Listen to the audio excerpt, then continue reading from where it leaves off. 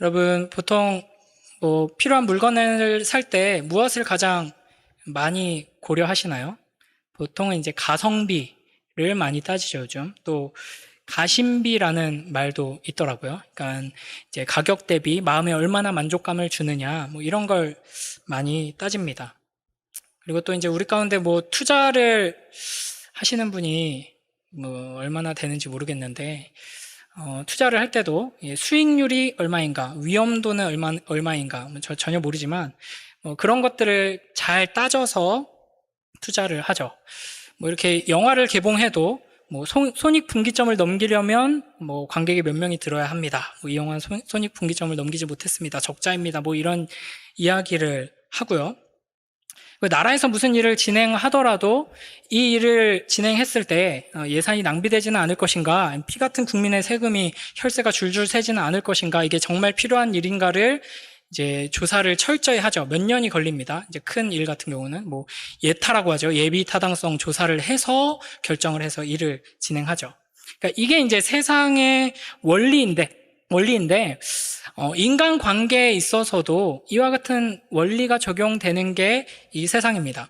이 사람과 나의 관계를 유지하는 데 있어서 내가 이만큼의 시간과 에너지와 마음이 드는데 그만큼의 이제 피드백이 돌아오느냐, 이런 걸 따지면서 이 사람한테 내가 잘 해줘야겠다, 이 사람은 좀 끊어야겠다, 이런 것들을 결정하곤 하죠. 그러나 이제 하나님 나라의 원리는 이와 다릅니다. 한마디로 하면 하나님 나라의 원리는 사랑이죠. 그러니까 이 세상과 구별되는 그 사랑의 원리를 아주 잘 보여주는 장면 중에 하나가 오늘의 본문이라고 할 수 있습니다. 예수님께 향유를 부은 여인에 대한 이야기는 사복음서에 다 나옵니다. 굉장히 중요하다는 것이죠. 그런데 이제 이 사복음서에 다 나오는 각각의 이야기가 조금씩 차이가 있습니다. 마태, 마가 같은 경우는 이 여인이 향유를 부은 사건이 베다니에 있는 나병 환자 시몬의 집에서 일어난 일이다라고 이야기를 합니다.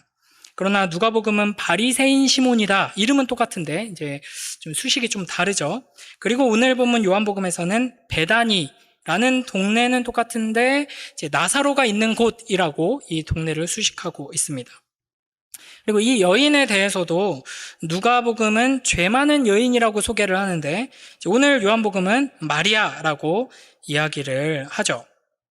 우리가 예전에도 한번 이제 저도 얘기했었고 담임 목사님도 한번 말씀을 하셨는데 이제 찬송가 중에 요 본문을 잘못 해석해서 이제 잘못된 가사가 있다 그랬죠. 그래서 막달라 마리아가 이제 향유를 부었다는 찬송가 가사가 있는데 그게 이제 어느 그레고리 몇 세인지 제가 생각이 안 나는데 교황이 설교를 하면서 잘못 설교를 한 겁니다. 여기 마리아가 향유를 부었는데 이게 막달라 마리아다. 성경에 이제 그런 얘기는 없거든요. 근데 교황이 얘기를 해놓으니까 그게 이제 쫙 퍼져가지고 찬송가 가사에까지 들어간 것이죠. 그리고 이제 이 향유를 어디에 부었는가? 마태, 마가복음은 예수님의 머리에 부었다고 하고, 이제 그것은 사실 예수님의 왕되심을 드러내는 장면이죠. 그리고 누가와 오늘의 본문 요한복음은 예수님의 발에 부었다고 합니다. 이것은 예수님의 장례를 준비하는 의미가 있습니다. 그러니까 이게 이제 사실은 학자들마다 이 네 복음서가 이런 차이를 보이는 것을 어떻게 이해할 것인가 하는 정답을 내려주는 데 있어서 차이를 보이고 있습니다.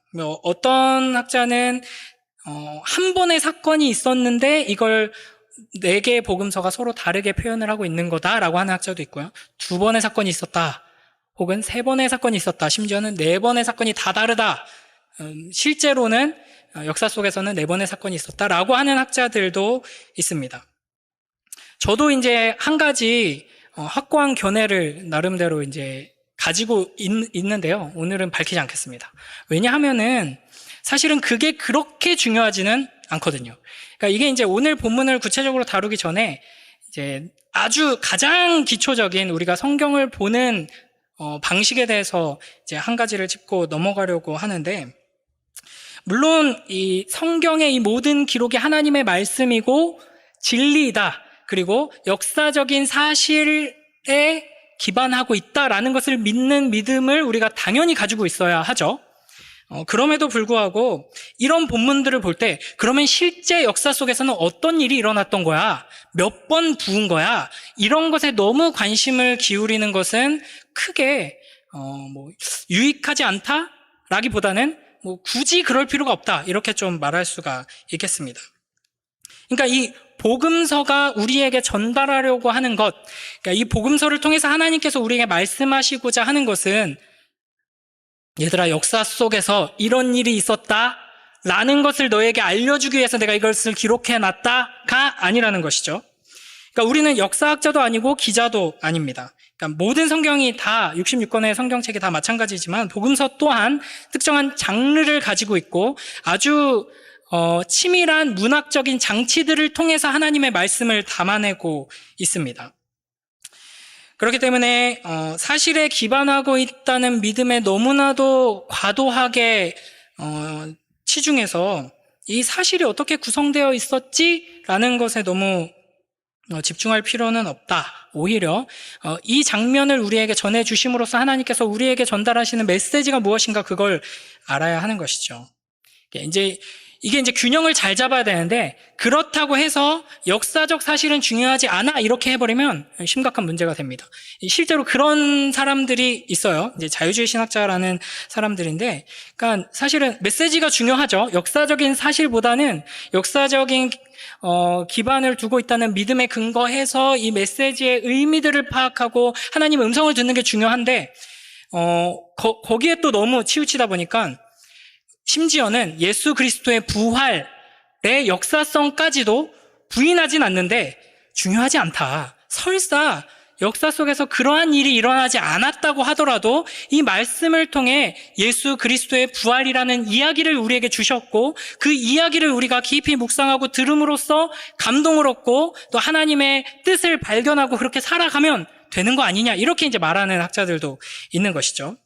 그러니까 우리는 이제 분명히 해야 하는 게 하나님의 말씀이고 역사적인 사실에 근거하여서 기록된 진리이고 진실된 말씀이다라는 것에 근거해서 우리가 이 말씀을 보되 그 역사적인 사실에 집착할 필요는 없다. 그러니까 한 가지 예만 더 들자면 이제 니고데모가 예수님을 만나러 가는 장면을 요한복음이 그리면서 밤이다라고 이야기를 합니다. 근데 사실 그 밤에 밤이라는 것 말고도 수많은 요소들이 있었을 거예요. 풀벌레가 그날따라 심하게 울었다든지, 바람이 평소보다 찼다든지, 달이 어땠다든지, 동네 분위기가 어땠다든지, 그죠? 그러나 그런 것들을 기록하지 아니하고 밤이다라고 기록한 것은 너희가 역사적인 사실은 알아야겠지 않겠니?가 아니라 밤이 상징하는 바 니고데모를 통해 보여주시는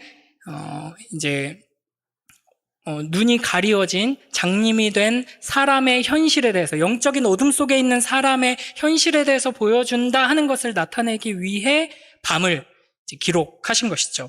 이제 그런 것처럼 이제 이 향유 사건을 연구하다 보면은 이게 도대체 2번 있었던 거야, 3번 있었던 거야, 1번 있었던 거야, 되게 복잡해지고요.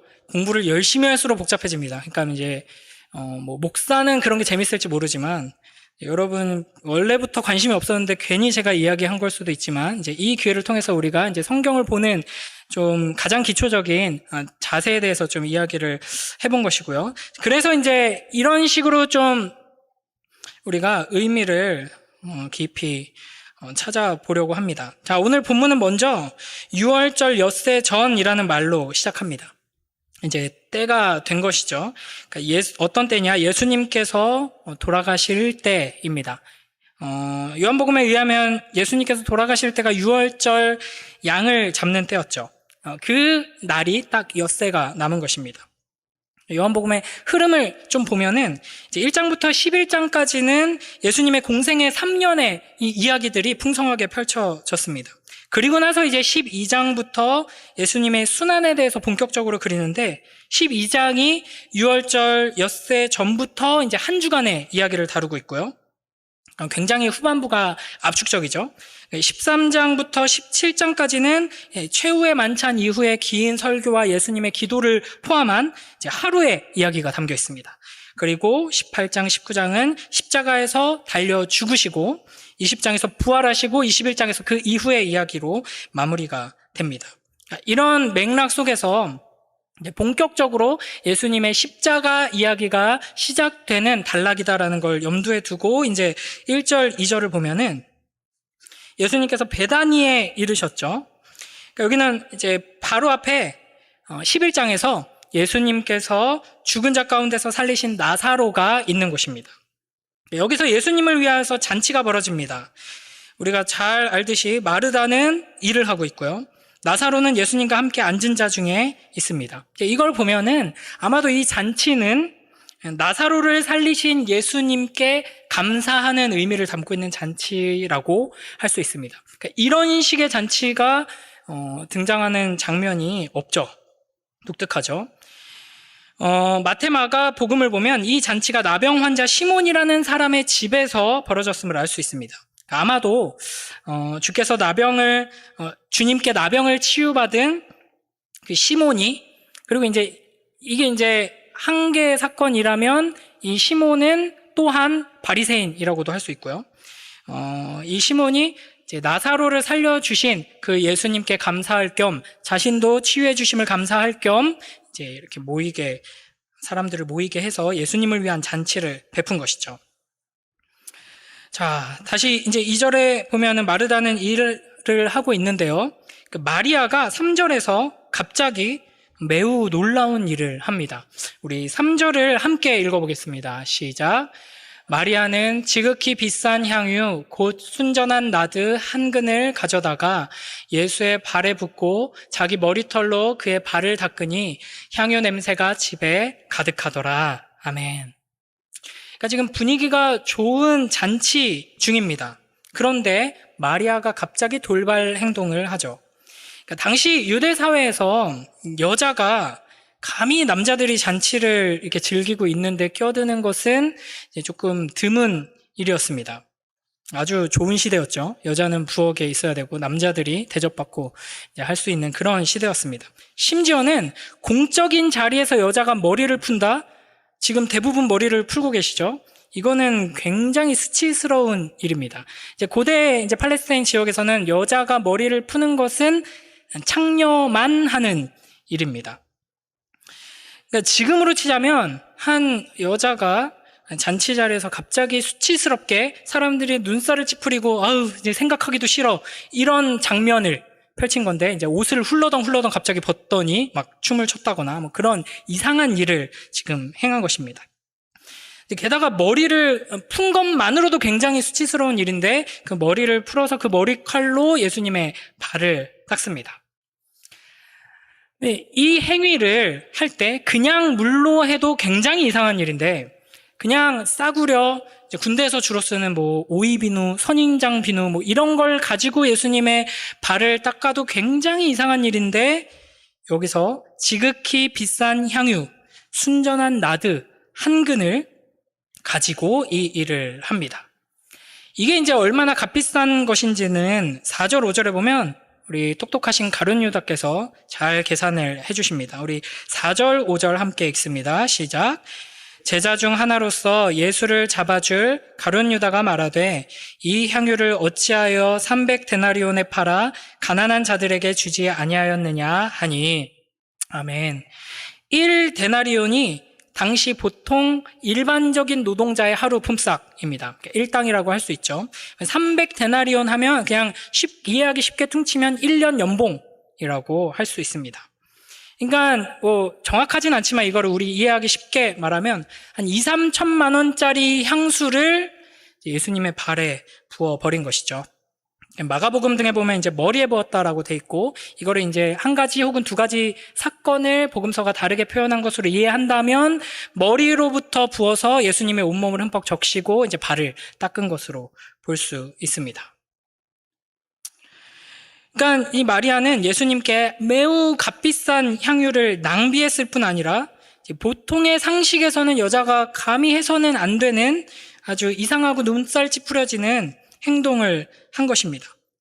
그러니까 아마도 이 사람들은 우리 입장에서는 갑자기 머리카락으로 발을 씻는다 하는 건 이해하기가 힘들죠. 그러나 이제 어떤 마음을 가지고 어떤 의도를 가지고 이 행동을 했는지는 이해했을 겁니다. 그러나 과하다, 지금 뭐 하는 짓이냐? 저렇게까지 해야 되냐? 뭐 이런 반응을 했던 것이죠. 일단 몇 가지 이제 질문들을 좀 해결하고 의미를 살펴보겠습니다. 마리아는 이 향유가 어디서 났을까요? 보통의 이제 이런 값비싼 향유를 일반 사람들이 가지고 있는 경우에는 이제 결혼 지참금으로 쓴다고 하는데, 아마도 이 장면에서 사용된 향유는 오빠 나사로의 장례를 위해 준비되었었던 것으로 보는 게 훨씬 더 합리적입니다. 그러니까 향유는 장례 절차 가운데 계속해서 이제 사용되는 것이죠. 그래서 이 요한복음 뒷부분에 보면 예수님께서 죽으셨을 때 아리마대 요셉하고 니고데모가 예수님의 장례를 담당하죠. 이제 그때 쓴 향유가 100근입니다. 100근. 이거 100근이면 지금 얼마 정도 될까요?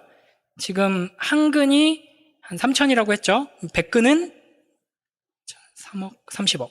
그죠? 한 2, 30억 되는 돈입니다. 그러니까 예수님의 장례를 이 이스라엘의 고위 지도자들이 한 2, 30억 정도 되는 돈을 들여서 치른 겁니다. 그러니까 니고데모는 예수님을 진정한 왕으로 믿고 섬긴 것이죠. 어쨌든 우리 입장에서는 와, 장례식에 2, 30억을 써? 깜짝 놀랄 일이지만 여러분이 모르는 세계가 있습니다. 그래서 부자들은 뭐 장례식 하는데 2, 30억 정도는 쉽게 쓸 수 있습니다. 근데 이제 문제는 마리아는 그런 부자가 아니라는 것이죠. 고위직도 아니었습니다. 마리아에게는 아마도 엄청나게 큰 값어치를 지닌 물건이었을 것이고 어쩌면 거의 전 재산이었을지도 모릅니다. 마르다와 마리아는 나사로가 죽고 나서 이제 그동안 모아두었던 돈을 탈탈 털어서 이 장례 절차를 위해서 향유를 마련했을 것입니다. 그런데 이제 이 향유를 얼마 사용하지도 않고 예수님께서 자기 오빠를 다시 살려주셨죠. 그러니까 이 향유가 남아 있는 거예요. 아마도 가룟 유다는 이걸 알았기 때문에 이 향유를 깨트리고 부어버리자마자 그거 팔았으면 얼만데 하고 바로 나온 거죠.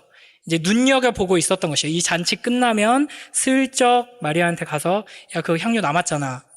우리 스승님 덕분에 그 향유 다 쓰고 장례 다 마무리됐으면은 장례식 비용만 해도 2, 3천 들었을 텐데 이 향유 남은 거 팔아서 내놔라. 우리 사역에 쓰자. 아마 이렇게 할 계획이었을지 모르겠습니다.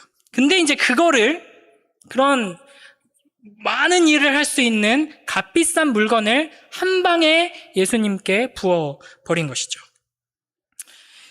그러면 이 향유를 왜 부어버렸는가? 이 마리아가 한 이 행동이 지닌 의미는 무엇인가?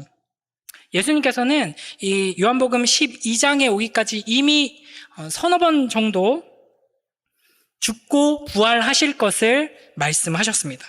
그러나 제자들은 그 말씀을 듣고도 이게 무엇을 의미하는가 제대로 이해하지 못했죠. 이해하고 싶지도 않았고요. 그런데 이제 죽었던 나사로가 살아나는 사건 이후에 대제사장들이 또 바리새인들이 예수님을 잡으려고 이제 혈안이 된 상태가 되었습니다. 때마침 예수님께서 이 유월절에 맞춰서 예루살렘에 가기 위해서 예루살렘 관문이라고 할 수 있는 베다니에 오신 것이죠. 그러니까 이 오늘 장면의 이 정황을 잘 보면은 1절에 번역되지 않은 한 단어가 있는데 그러므로입니다. 11장 마지막 장면과 그러므로로 12장 1절이 연결되는데 우리 11장 57절을 함께 한번 읽어볼까요? 함께 읽습니다. 시작. 이는 대제사장들과 바리새인들이 누구든지 예수 있는 곳을 알거든 신고하여 잡게 하라 명령하였음이로라. 그러므로 하고 오늘 장면이 시작되는 거죠. 그런데 보면은 예수님이 어떻게 행동을 하십니까? 이제 잡아 죽이려고 이제 권력자들이 눈에 불을 켜고 사람을 이제 보내고 막 계략을 세우고 하니까 그러므로 예수님이 피하셨다가 아니라 그러므로 때가 되었다 죽으러 가자 하고 지금 예루살렘으로 가고 계시는 것입니다.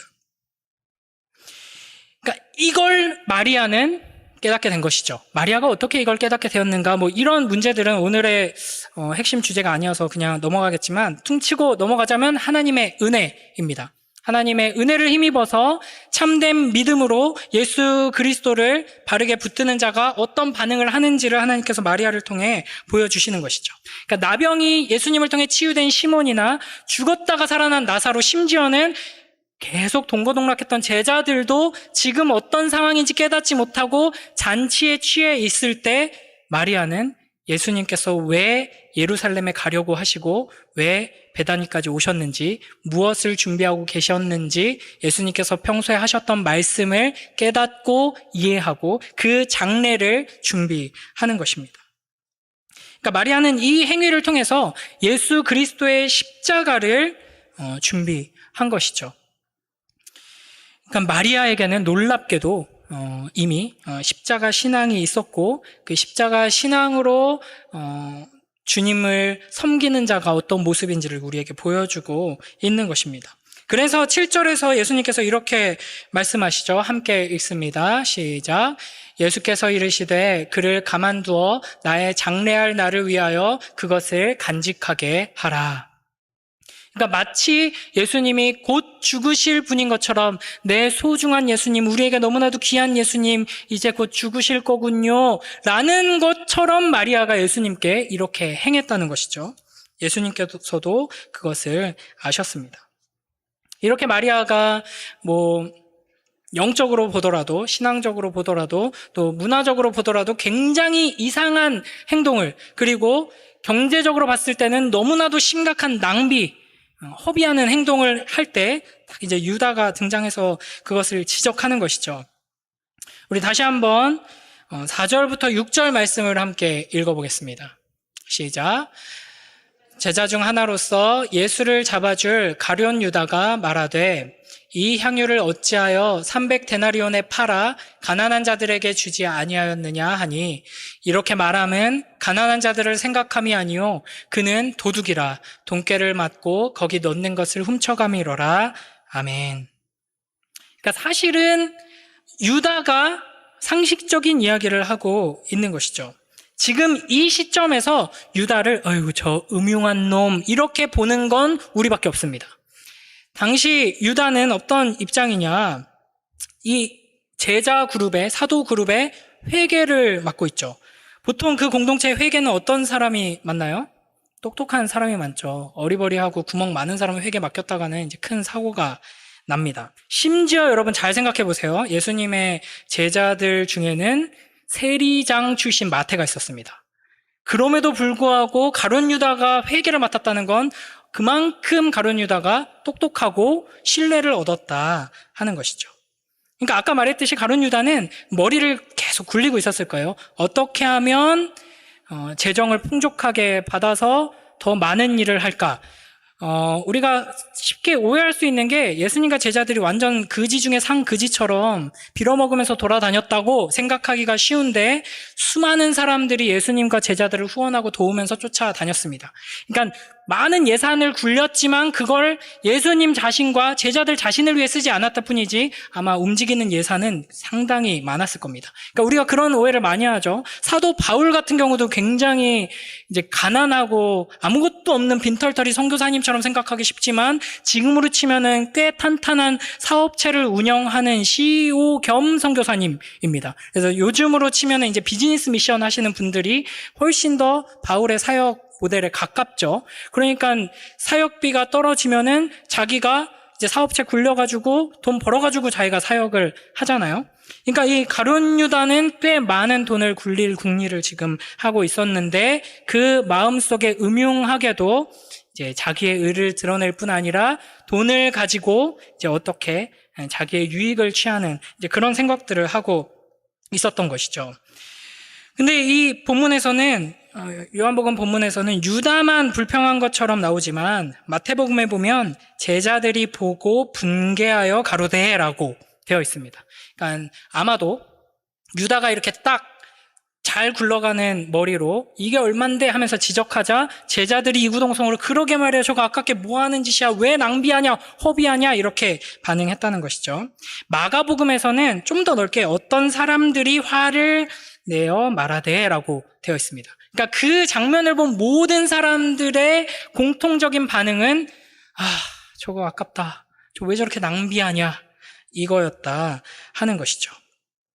그러니까 이 마리아가 향유를 붓는 사건은 굉장히 중요하고 아름다운 사건임에도 불구하고, 예수님께 칭찬받고 하나님께서 기뻐하시는 사건임에도 불구하고 이 자리에 있는 모든 사람들은 이구동성으로 낭비다라고 판단했다 하는 것이죠. 여러분, 이 본문을 잘 생각해 보세요. 여기에 예수님을 미워하고 예수님을 반대하고 예수님을 죽이려는 사람은 단 한 사람도 없습니다. 물론 이제 나중에 배반할, 며칠 안 남았는데 곧 배반할 가룟 유다 빼고요. 그러니까 사실 이 시점에서는 가룟 유다마저도 표면적으로는 예수님을 위해 사는 사람들, 심지어는 평생 모든 것을 다 바쳐서 예수님을 따르는 제자들이었습니다.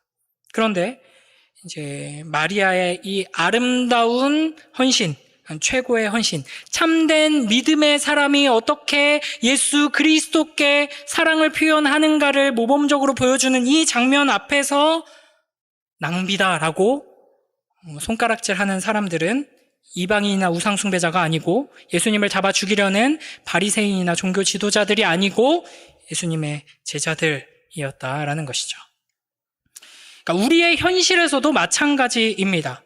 이 제자들을 예수님께서는 가룟 유다를 대표로 해서 우리에게 보여주세요. 그러니까 예수님을 팔 배반자 가룟 유다와 제자들과 이 녀석들아, 너희는 이렇게 반응을 하는구나, 이렇게 지금 보여주고 계신 것이죠. 이 자리에 우리가 서 있을 수도 있다 하는 겁니다. 한번 상상력을 동원해서 한번 예를 들어서 제가 설명을 해볼게요. 우리 교회에 나씨 남매가 있다고 생각해 보세요. 그러니까 오빠가 나사로고 이제 동생들이 나 마리아, 나 마르다, 그 3남매가 있어요. 근데 일찍 부모님을 여의고 이제 이 남매 셋이서 기특하게도 열심히 신앙생활하면서 열심히 살아가지고 이제 잘 살아가고 있어요. 막 힘겨운 10대, 20대를 다 보내고 이제 뭐 어엿한 청년이 되어서 잘 살아가고 있습니다. 물론 이제 부모님을 일찍 여였기 때문에 남들 요즘에는 다 가는 그 대학도 못 가고 일찍이 취업해가지고 이제 사회생활 하면서 열심히 살아가고 있죠. 그런데 어느 날 오빠가 큰 사고를 당해가지고 이제 목숨이 오락가락하는 지경에 누웠습니다. 어떻겠어요? 우리 수요 기도에, 환우 기도에 올라오고 우리가 막 간절히 기도하고 했겠죠. 그래서 교회에서 기도로 또 물질로 여러 가지로 도와서 결국에는 회복이 됐어요. 그래서 다시 건강을 되찾았습니다. 그랬더니 이 남매가 너무 감사하다고 자기들이 그렇게 부모도 없이 이 10대를 힘겹게 보내고 20대 동안 열심히 일해가지고 평생 모은 한 5천만 원 정도 돈이 있는데 그거 조금만 더 모으면 내가 조금만 더 우리 3남매 안정되면은 나 꼭 대학 가서 공부해보고 싶다, 이런 아이도 있고, 오빠 같은 경우는 우리 동생들 어떻게든 내가 시집은 보내야지, 내가 아빠 역할은 해야지, 이러면서 돈을 모으고 있었고, 귀하게 모은 그 돈인데 갑자기 하나님께서 우리에게 베풀어 주신 은혜가 너무 귀하다고 저희 통장에, 저희 3남매 공동 통장에 평생 모은 5천만 원 있는데 이거 장효산나 교회 이름으로 고아들에게 흘려보내고 싶습니다. 이렇게 3남매가 결연한 눈빛으로 찾아왔어요. 어떻게 하시겠어요, 담임 목사님? 어떻게 하시겠어요? 장로님 안 계시고 안수 집사님들 이제 예산을 운영하셔야 되고, 여러분이 이 청년들을 장로님 저기 계시네요. 여러분이 이 청년들을 곁에서 같이 돌보고 함께 신앙생활 해오는 선배, 고민이 있을 때마다 나에게 찾아왔던 내가 선배라면 나 그렇게 하기로 우리 3남매 결심했어요라고 하면 뭐라고 하시겠어요? 아마 100이면 100. 제가 만들어낸 이야기인데도 저도 아니야, 그렇게 하지 마. 조금만 더 기도하면서 기다려보면 하나님께서 또 다른 또 지혜를 주실 거야. 속으로는 지금 니네가 흥분해서 그렇지 좀만 기다려봐라, 그런 정신 차리지, 이런 마음으로 조금만 더 기도해보자 하면서 워워 시키겠죠. 왜냐하면 그건 너무나도 무모한 짓이고 과한 행동이잖아요. 그 돈으로 대학도 가고 뭐 나중에 결혼도 하고 어느 정도 자리 잡으면 해도 늦지 않다. 최근에 이제 제가 유튜브에서 종종 보는 이제 장사의 신이라는 분이 있거든요. 이게 신이라 그래서 좀 거부감이 들었는데 알고 봤더니 매울 신이더라고요. 네, 이제 유튜브 백종원이라고 불리는 분인데 뭐 젊었을 때부터 어렸을 때부터 사업을 해서 크게 성공을 하고 그걸 다 팔아서 이제 엄청난 부자가 된 다음에는 자기 젊었을 때처럼 이제 소상공인들, 식당하는 사람들 찾아가면서 막 돈도 내주면서 컨설팅 해주고 도와주고 그걸 이제 컨텐츠로 찍는 사람인데 최근에는 막 공중파에서도 나오더라고요. 이제 그 사람이 주로 하는 이야기가 뭐냐면 그 사람이 만나는 사람들 중에는 진짜 착한 사람들이 많아요. 그래서 자기도 자기 가게도 매출이 그렇게 높지 않은데 더 어려운 사람들 돕고 막 고아원 기부하고 이런 사람들이 있는데 그런 사람들 만나면 이 장사의 신이 꼭 하는 말이 주접 떨지 마. 네 앞가림이나 먼저 하고 그 다음에 도와. 그래도 늦지 않아. 네 지금 그렇게 하는 거 너무 멋진 일이야. 리스펙해. 그리고 좋아. 그런데 그걸 더 제대로 오래 하려면 네가 먼저 자리 잡고 네가 여유를 가지고 더 많이 도울 수 있을 때 그때 해도 늦지 않아. 정신 똑바로 차려. 이렇게 이야기를 합니다. 그러니까 이게 우리가 가지고 있는 반응이죠. 그러니까 제가 만들어낸 이야기가 별로 이렇게 마음에 와닿지 않으시면 여러분의 자녀들, 뭐 형제, 자매들 를 생각하고 한번 상상해 보세요. 힘들게 기도로 물질로 뒷바라지 해가지고 키워내가지고 이제 겨우 그나마 좀 자랑할 만한 대학 이제 보내놨는데 이제 대학 갔으니까 이제 한숨 놓았다 싶었는데 갑자기 이제 대학교 가가지고 이제 기숙사 생활을 하더니 장효산학교에서는 그렇게 뜨겁지 않았는데 이 녀석이 기독교 동아리 들어가더니 갑자기 막 예수님을 너무 사랑해가지고 저 휴학할래요. 저 지금 저의 이 젊음이 너무 아까워요. 예수님께 드리고 싶어요. 저 한 1년이라도 가능하면 2, 3년 정도 선교지 나가서 선교사님 도와드리고 복음의 최전방에서 이 젊음을 불태우고 오겠습니다 하면은 주님 드디어 자녀를 향한 저희의 기도를 응답해 주셨군요 할 부모가 몇 명이나 있을까요? 아닌 척하고 지금 앉아 계신데 저희 아내가 젊었을 때 그런 식으로 해가지고 한 9개월 정도를 키르기즈스탄에서 이제 선교사님 도우면서 아이들 미술 가르치고 이렇게 지냈었거든요. 그러니까 우리는 그런 결단들 앞에 마주할 때 자연스러운 반응이 그렇게 나옵니다. 이제 20대, 30대 얼마나 소중한 시기냐. 이 시간을 잘 준비해야 한다. 미래를 위해 투자해야지. 최소한 대학 갈 때까지는, 최소한 취직하고 자리 잡을 때까지는, 결혼하기 전까지는 뭐 이러다 보면 이제 끝도 없죠. 조금이라도 젊을 때 경험 쌓아야지, 경력 쌓아야지. 지금은 수련회 같은 데를 다닐 때가 아니야. 감사하게도 우리 고3 친구들이 지금 중고등부 수련회 끝난 후에 관동호산학교의 수련회까지 따라가고 이번 금요일에 청년부 수련회까지 따라간다고 합니다. 말리셔야겠죠? 정신 차려 얘들아. 너네 고3이야. 하나님의 이름에 먹칠하지 말고 너희 성적을 올려야지. 지금은 그럴 때다. 이게 이제 우리는 아니지만 보편적으로 우리가 가지고 있는 인식이라는 겁니다. 이게 이제 상식이고 합리적인 말들이고 유다가 했던 말이죠. 예수님께서는 이걸 예수님을 판 자들의 세계관이라고 이야기하십니다. 제가 한 사람을 소개해 보도록 하겠습니다. 찰스 토머스 스터드라는 분이에요. C.T. 스터드라고 알려져 있는데 삼형제 중 막내로 태어났습니다. 사진 혹시 있으시면 케임브리지 대학 크리켓 선수로 영국에서 유명 인사였어요. 지금으로 치면 뭐 손흥민 정도 되는데 대학은 서울대 법학과 뭐 이런 인물이라고 보면 됩니다. 게다가 집안이 엄청 빵빵해요.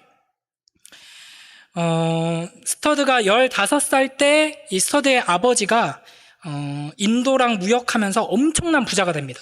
근데 또 이 아버지가 D.L. 무디라는 유명한 설교자의 설교를 듣고 회심하게 되고 그 다음 해에 자녀들도 회심하게 됩니다.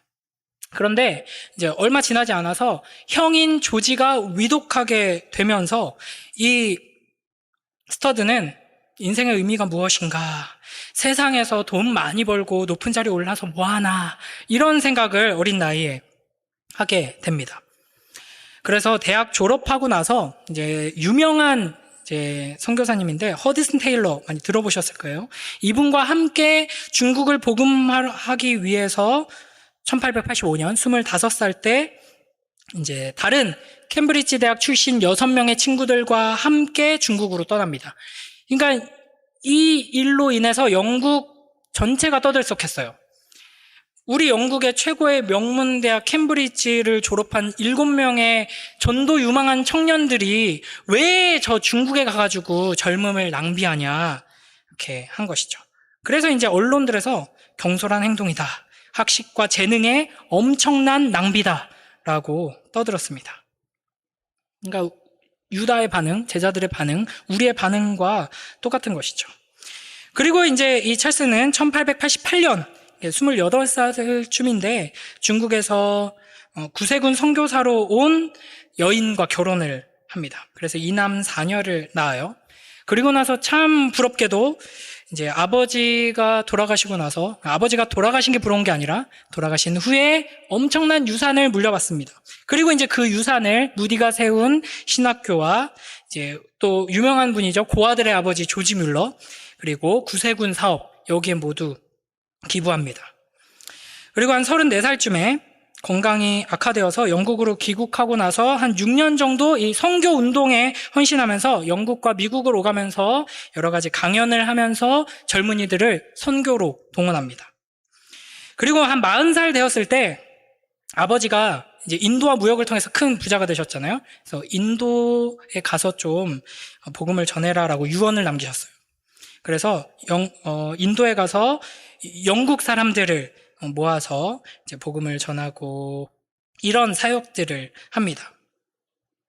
그걸 이제 한 6년 정도 이렇게 잘 감당하고 있을 때 중앙아프리카에 복음을 한 번도 못 들어본 사람들이 수두룩하다라는 소식을 듣게 됩니다. 근데 그 소식을 들은 이후에 이제 마음이 불타는 것 같아서 견딜 수가 없는 거예요. 그래서 53세의 나이에 이제 이 사람에 대한 이야기를 쭉 읽어보면 중간중간에 계속 몸이 약해져서 몸이 너무 안 좋아서 이런 이야기들이 반복돼요. 근데 이제 53세에 병으로 쇠약해진 몸으로 아무 후원자도 없이 심장병을 앓던 아내의 반대에도 불구하고 한 사람의 동역자를 데리고 콩고로 들어가게 됩니다. 자, 지금 이 조건을 여러분 잘 들어보세요. 여러분이 이 사람의 친구라면, 이 사람의 부인이 내 딸이라면 하고 생각하고 한번 들어보세요. 53세에 병으로 쇠약해진 몸으로 지금 전 재산 다 기부했어요. 아버지에게 받은 전 재산은. 아무 후원자도 없이 심장병을 앓던 아내의 반대에도 불구하고 콩고로 떠납니다. 그렇게 해서 아프리카에서 18년 동안 매일 하루에 18시간씩 일하면서 그곳에서 함께 동역하는 선교사들에게 우리가 복음을 전하기 위해서 기도하고 있는 이 아프리카 사람들과 동일한 수준의 삶을 sap시다. 우리도 18시간씩 일하면서 함께 지냅시다. 이렇게 하면서 살다가 그래도 굉장히 오래 사셨어요. 71세의 나이로 이제 사망하십니다. 천국에 가세요. 이때 이제 7천여 명의 아프리카인들이 그의 장례식에 참여했습니다. 그리고 이제 이분이 세운 단체가 지금의 이제 선교에 대해서 조금 관심 있으신 분들은 많이 들어보셨을 텐데 제일 유명한 선교단체 중에 하나인 웩 국제선교회가 됩니다. 그러니까 이 찰스 토머스 스터드라는 사람은 예수님을 사랑했고 예수님을 사랑했기에 복음을 듣지 못하고 죽어가는 자들을 향한 주님의 마음을 동일하게 품은 거예요. 그래서 자신의 어떤 재능과 배경과 엄청난 유산과 이 모든 것들을 다 포기하고 자신의 삶을 향유옥합을 깨트리듯이 주님께 드립니다. 그러나 사람들의 눈에는 이런 열심이 어떤 과한 것으로 도에 지나치는 것으로 광신이나 극단적인 모습으로 보일 뿐이었습니다. 그러니까 저도 스스로 질문을 던져봤거든요. 만약 내 여동생 남편인데 이런 식으로 내 여동생이 지금 심장병을 투병 중이고 가지마 여보 이렇게 반대하는데도 감히 떠난다? 출국 금지시키죠. 저는 절대 안 된다고. 정신 차리라고. 야, 내가 목사인데 하나님은 그렇게 일하지 않으셔. 하나님은 그런 분이 아니야. 하나님은 극단적으로 우리를 몰아가는 분이 아니라고. 상식적인 선에서 우리의 삶을 충분히 하나님께 드릴 수 있어. 이렇게 말할 수많은 핑계들이 머릿속에 가득 차더라고요.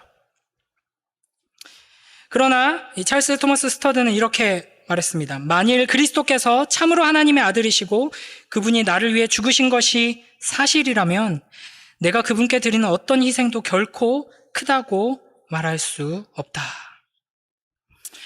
그러니까 누구나 이 사람의 삶을 생각하면 과하다, 도를 넘어선다, 상식에 어긋난다 라고 이야기를 하게 되지만 예수님을 진정으로 사랑하는 마음, 예수님께서 우리에게 주신 그 사랑을 참으로 믿는 믿음이 있다면 결코 이와 같은 헌신을 낭비라고 하지 않는다는 것이죠. 제가 만들어냈던 이야기 속에 나신의 남매들이 그렇게 한다고 했을 때 흥분을 가라앉히고 합리적으로 생각해보자, 상식적으로 생각해보자. 하나님은 상식을 뛰어넘으시는 분이지만 비상식적인 분은 아니셔. 너희는 하나님을 오해하고 있는 거야. 우리 먼저 일주일 동안 기도하면서 하나님의 음성을 들어보자.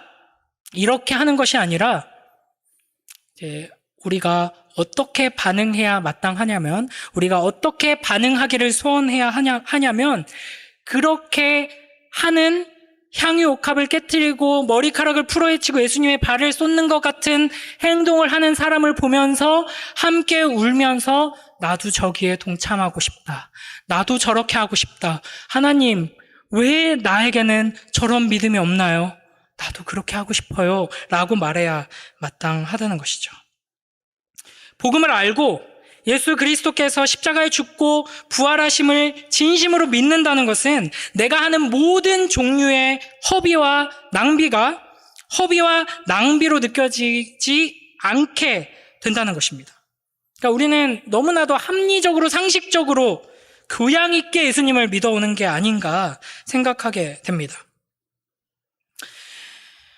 어떻게 보면 예수님께서는 그런 신앙이 아니다, 믿음이 아니다, 왜냐하면 사랑이 아니잖아 라고 말씀하시는 것이죠. 여러분 잘 생각해 보세요. 우리도 사랑하면 허비합니다. 투자 대비 이익이 얼마인지를 따지고 손익분기점을 넘으려면 어디까지 가야 하는지를 생각해보고, 이런 세계관으로 보자면 사랑한다고 시간도 마음도 물질도 다 쏟는 모습은 너무 어리석은 낭비죠. 그러나 우리도 사랑하는 연인에게, 배우자에게, 자식에게는 그런 사랑을 베풉니다. 내가 되돌려받을 것을 기대하지 않고 사랑을 베풀죠. 헌신하죠. 낭비하죠. 만약에 누군가가 내가 내 자녀에게 사랑으로 헌신하며 낭비했던 내 시간들, 내 모든 날들, 내가 가진 것들을 낭비라고 비난하면 여러분은 어떻게 반응할까요? 그렇긴 한데 그래도 난 이게 좋아가 아니라 사랑한다면 화날 거예요. 그러니까 요즘 이 세상은 심지어는 자녀에 대해서도 그런 세상이거든요. 그러니까 뭐 젊은 사람들 중에 일찍 결혼해서 자녀 낳고 이렇게 육아하는 부부들을 보면 결혼 안 한 젊은 사람들이 왜 괜히 나와가지고 그 개고생이냐. 너 애 낳고 얼마나 이렇게 사갔는지 알아? 불쌍해 죽겠어. 이런 반응을 하거든요. 근데 진짜 자녀를 사랑해서 내 생명을 다해서 그 자녀를 키워내고 있는 부모에게 그런 말은 굉장히 모욕적인 말이고 화나게 하는 말인 것입니다. 우리도 이렇게 허비하면서 사랑하잖아요, 누군가를. 문제는 내가 예수 그리스도께 그와 같은 허비하는 사랑으로 섬기고 있는가 하는 것입니다. 예수 그리스도는 너무나도 위대하고 지극히 아름답고 모든 것을 가지신 분임에도 불구하고 그 모든 것을 우리에게 주시고 오히려 우리를 섬기신 분이기에 그분께 우리의 모든 것을 내어드린다고 해도 결코 낭비가 아닌 것입니다. 예를 들면 이런 거죠. 예수님께서는 우리에게 뭘 원하시냐면요, 우리의 모든 걸 원하십니다. 과하다고 할 수 있죠. 그러나 우리의 모든 걸 원하시는 주님께서 우리에게 무엇을 주시냐면 모든 것을 주십니다. 그러니까 뭐 쥐뿔도 없는 남자가 와가지고 자매한테 내 모든 걸 줄 테니 너의 모든 걸 줘, 이러면 사랑 고백일 수는 있지만 그렇게 혹하진 않겠죠. 그러나 뭐 일론 머스크, 이미 뭐 유부남이긴 하지만 바람둥이더라고요. 일론 머스크 막 한 몇백 조 가진 사람이 너 전 재산 나한테 줘, 내 전 재산 너한테 줄게 라고 말하는 건 결코 낭비하라는 이야기가 아니죠. 여러분, 사랑하면 합리적이고 상식적이고 교양 있는 사람이 되는 것이 아니라 미친 사람이 됩니다. 사랑하면 상식 밖의 일을 하게 되고 오버하게 되고 결코 적당한 관계로 머물 수 없게 되는 것이죠. 아무리 친해도 내 전부를 다 줄 수는 없지만 내 배우자에게, 사랑하는 배우자에게, 사랑하는 자녀에게는 전부를 다 내어주고 목숨까지 내어준다고 해도 결코 이상하지 않은 것이죠. 우리가 하나님께 받은 것이 무엇인지를 우리가 생각해야 합니다. 하나님께서는 우리에게 그 아들을 내어주셨습니다. 아들을 내어주셨다 하는 것은 전부를 다 주었다 하는 것보다 더 큰 말입니다. 여러분, 부모된 사람은 한번 생각해 보세요. 전부를 내어주는 게 힘듭니까? 아들을 내어주는 게 힘듭니까? 하나님께서는 우리에게 그 아들 독생자를 내어주셨습니다.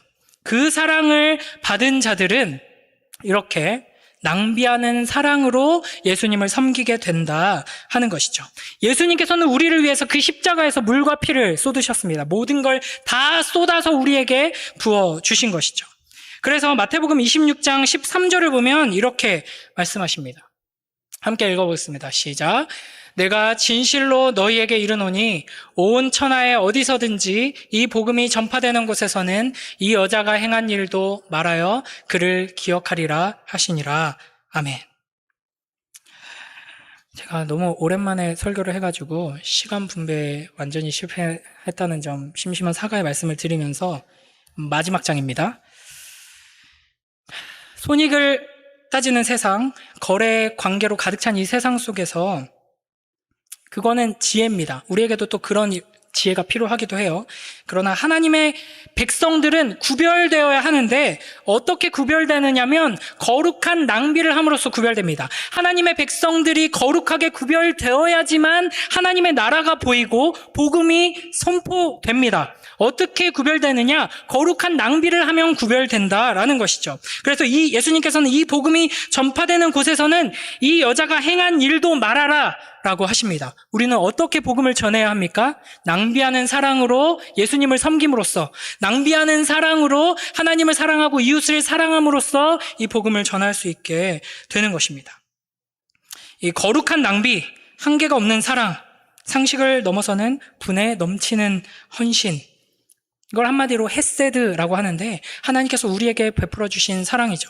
제가 훈련을 준비하면서 이번 주에 룻기를 계속 연구를 했는데 룻기에 보면은 우연을 가장한 하나님의 섭리가 계속해서 등장하는데 그 섭리를 일으키는 원인이 무엇이냐면 도에 넘치는, 분에 넘치는 사랑을 행한, 시어머니를 향한 사랑을 행한 룻, 그리고 룻을 향한 사랑을 행한 보아스, 그 헤세드가 실천될 때 하나님께서 섭리의 역사를 이루어 가십니다. 말씀을 맺도록 하겠습니다. 우리 마음 가운데 하나님, 나도 이 마리아처럼, 이 스터드처럼 세상이 보기에 도저히 이해할 수 없는 한심한 낭비처럼 보이는 그 사랑으로 예수님을 섬길 수 있게 하여 주시옵소서. 그렇게 구별되게 하여 주시옵소서. 이렇게 우리가 기도하길 원합니다. 우리가 어떤 일에 시간과 노력을 많이 쓰면 사람들이 저 사람은 저걸 굉장히 소중하게 여기고 중요하게 생각하는구나 라고 생각하게 될 것입니다. 우리가 만약 돈을 버는데 또 우리 아이들이 좋은 성적 거두어서 좋은 학교 가고 좋은 데 취직하고 안정적인 인생을 살아가면서 이 사회의 리더가 되고 높은 자리에 오르는데 모든 시간과 힘과 에너지와 우리의 모든 기도 제목을 쏟는다면 세상은 결코 우리를 통해서 아름다우신 예수 그리스도를 영원한 그분의 가치를 보지 못하게 될 것입니다. 하나님을 사랑하고 이웃을 사랑하는데 우리의 모든 시간과 재능과 물질과 마음을 마음껏 허비함으로 구별되는 복된 주님의 자녀들이 되기를, 그렇게 되기를 소원하면서 부지런히 말씀 앞으로 나아오고 기도하며 서로 격려하는 복된 우리 모두가 되길 주님의 이름으로 축복합니다. 우리 시간 함께 기도하며 나아가도록 하겠습니다. 우리 말씀을 기억하면서 기도할 때 주님, 먼저 우리의 심령 가운데 이 마리아가 보여준 사랑을 나도 가지고 싶다는 그 소원이 가득 차게 하여 주시옵소서. 그 무엇보다도 주님이 나의 가장 큰 소망이 되게 하여 주시옵소서. 하나님의 그 사랑을 알게 하셔서 하나님께서 나에게 베풀어 주신 대로 하나님을 사랑해서 세상이 보기에 절대 이해할 수 없는 삶의 거룩함으로 드러나게 하여 주시옵소서. 허비하는 사랑으로 구별되는 인생이 되게 하여 주시옵소서. 허비하는 사랑으로 구별되는 공동체가 되게 하여 주시옵소서. 이 시간 말씀을 기억하면서 함께 기도로 나아가도록 하겠습니다. 아버지 하나님.